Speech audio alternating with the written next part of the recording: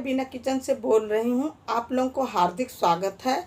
आज हमारी बहनें कई बार कमेंट करके पूछी हैं कि सावन में क्या करें क्या नहीं करें, और हमें 1 महीने का व्रत भी रखना है तो कैसे रखें, और इसके विषय में बता। मेरा मानना है कि 1 महीने का व्रत यदि सावन में आप रखती हैं तो अति उत्तम है। यदि आप एक मीटिंग का भोजन करती हैं सावन के महीने में तो आप लहसुन प्याज न खाएं। आपके घर में लहसुन प्याज यदि नहीं मानते हैं आपके परिवार, तो उनके लिए बना दो, और लेकिन अपने लिए बिना लहसुन प्याज का कोई सब्जी बना लो, खा लो शाम को। अब व्रत वाला नमक डालकर ही भोजन करना, क्योंकि पूरा महीना पूरे दिन में तो आप जैसे चाय पानी दूध फल फूल कुछ भी ले सकते हो, लेकिन शाम को एक मीटिंग भोजन आप बिना लहसुन प्याज का कर सकते हो। तो इसलिए आपका सावन में पूरा महीने का व्रत भी हो गया। यदि आप ऐसा नहीं करना चाहते हैं तो 4 सोमवार का व्रत है, उसको हर सोमवार सावन का रख सकती हैं। ये भी सावन का सोमवार का व्रत भी आपका हो जाएगा। और आप जो सोच रही हैं कि महीने भर का व्रत हो जाए तो ये भी कर सकती हैं, सावन का सोमवार भी कर सकती हैं।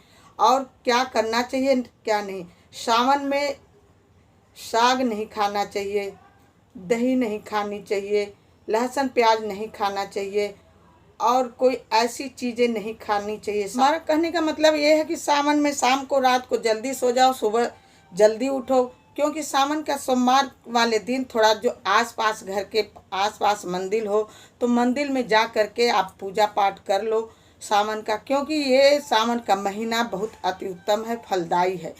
तो जल्दी यदि आप सोओगे रात को तो जल्दी उठोगे, यदि लेट सोओगे तो लेट उठोगे, क्योंकि जो कार्य है घर का, जो काम धंधा वो तो करना ही है। तो आप जल्दी उठकर घर का सारा काम करके फुर्सत होके जल्दी सुबह जाके मंदिर में पूजा पाठ कर लेना चाहिए। सावन के सोमवार वाले दिन आप अगर बत्ती तो चढ़ाई नहीं जाती है, धूप बत्ती, देसी घी, माला, फूल, पंचमेवा, कच्चा दूध, फल, बेलपत्र, ये सब चीज़ें, मिश्री, ये सब चीज़ें शिव को और पार्वती जी को चढ़ाना जरूरी होता है।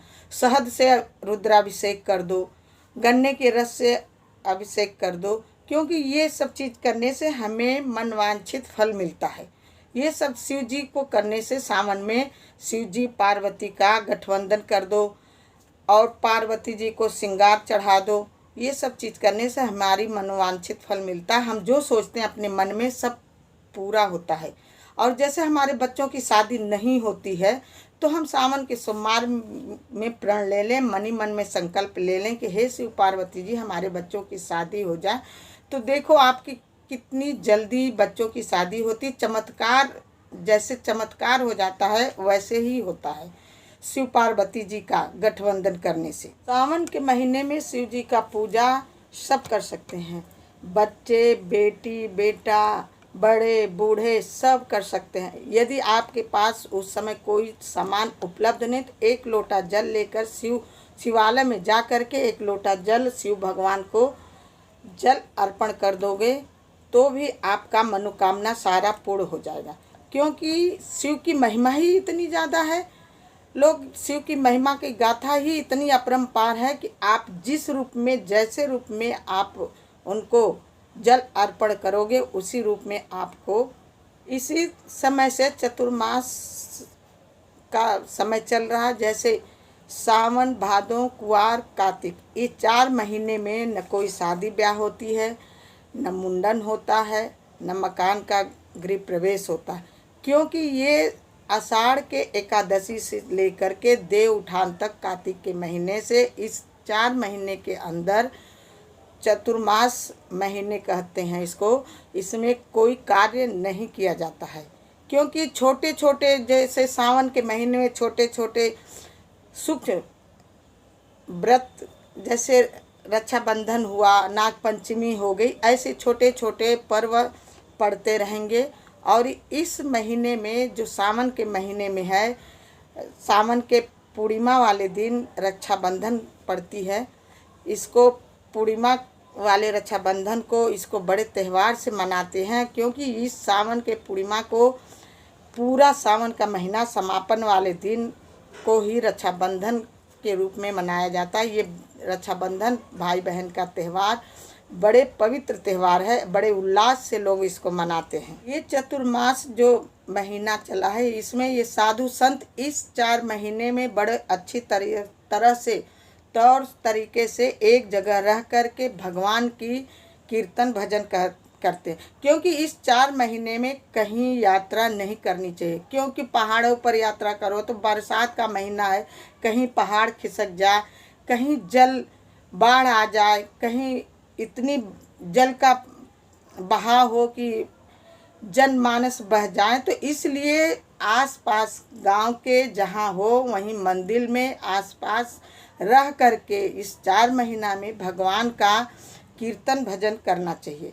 क्योंकि ये 4 महीने में कोई तीर्थ यात्रा नहीं करनी चाहिए। मेरे हिसाब से तो कतई नहीं जाना चाहिए। 4 महीने में जाओ भी तो वो थोड़े दिन के लिए जाओ, ऐसी जगह जाओ जहाँ कोई खतरा ना हो। यदि आप सावन का सोमवार 1 महीने का व्रत रखना चाहती हैं तो सावन में जब सावन लग जाए, सूर्य डूबने से पहले आधा घंटा पहले भोजन कर लो। वो भी भोजन नमक व्रत वाला होना चाहिए और उसमें लहसुन प्याज नहीं होना चाहिए। तो आपका हर 1 महीने का भोजन करने का तरीका यही होना चाहिए कि सूर्य डूबने से पहले आधा घंटा पहले ही भोजन कर ले, तो आपका व्रत पूरा 1 महीने माना जाएगा। केवल 1 मीटिंग ही भोजन करना और सुबह नाश्ता पानी जैसे फल फूल, पानी, चाय, ये सब चीज़ें ले सकते हो। पानी उबाल कर पीना चाहिए, उसको ठंडा करके फल काट करके खाना चाहिए। ज़्यादा देर का फल कटा हुआ नहीं खाना है, क्योंकि ये सावन का महीना जैसे कोई मक्खी बैठ गई तो दूषित हो जाता है। तो आप देखे हो या ना देखे हो, जैसे आप ग्रहण करोगे आप बीमार हो जाओगे। तो इसलिए आप थोड़ा सा ही काटो, उतना ही फल और सलाद काटो जितना तुरंत जैसे आप भोजन ग्रहण करने बैठते हो उसी टाइम फल और सलाद काट कर खाओ। जैसे लोग बोलते हैं कि बताते हैं कि हम फ्रेश नहीं हुए, साफ़ नहीं हुए, तो हम पूजा कैसे करें।